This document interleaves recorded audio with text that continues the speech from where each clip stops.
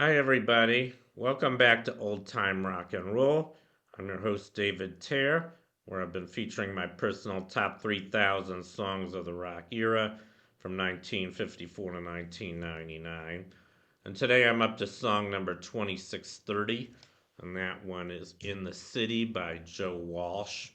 And this came out in 1979. He did not release it as a single, but it was released on the soundtrack for this movie that came out that year called The Warriors. I saw this movie when it came out. I really didn't like it. I mean, it's okay. It's kind of hard to watch. It's about gang warfare, basically gang warfare in New York City, and it's about this gang called the Warriors. It was this big gang rally in New York, and they get wrongfully accused of a murder by another gang, and so everybody's going after them. And so basically, the whole plot of the movie is they're trying to survive all these rival gangs, and they're trying to go after the gang that wrongfully implemented them. Pretty hard movie to watch, I thought. But I saw it when I was in high school when it came out. I saw it with some friends of mine. They liked it a lot more than I did for some reason. But I think that the thing I liked the best about this movie, strangely enough, was the theme song "In the City" by Joe Walsh. Go figure. And so I think I've said pretty much everything there is to say about the song. The song kind of summarizes what's going on in the movie. It's about survival in the city and just kind of how rough it is for gangs and all that. But now I'm going to talk about Joe Walsh.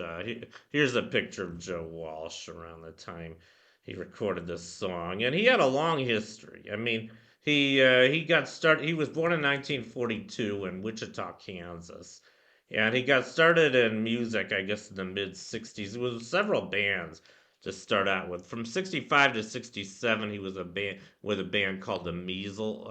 Also, before I go into that, I should point out that the Eagles liked this song so much. He was with the Eagles later in his career, and he recorded this song originally as a solo song, but the Eagles liked it so much they decided to re-record it along with him for their 1979 album, The Long Run, which is a really excellent album, by the way. One of the Beagles' best albums. I owned this one when I was in high school too. And so anyway, yeah, here was the band he started out with, the Measles, from 65 to 67. 68 to 71, we was with this band here called the James Gang. And then from 71 to 75, he was with a band called Barnstorm. And finally, from 1975 to 1980, he was with the Eagles. And I'm sure you guys have all heard of the Eagles, one of the greatest groups of all time. I've got several songs by them on my list. I don't think I've featured any yet, but amazing band.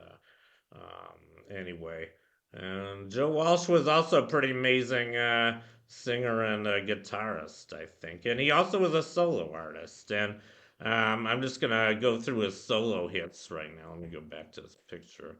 Um, there he is. So his first solo hit was called Rocky Mountain Way. That came out in 1973. That one went to number 23. Following year, he had a song called Meadows, which went to number 89. In 75, he had a song called Turn to Stone. By the way, it's not to be confused with the song by ELO, with the same title, with a different song. But Joe Walsh's Turn to Stone went to number 93. In 1978, he had, I guess that was his biggest hit, Life's Been Good. That went to number 12. In 1980, he had All Night Long, which went to 19.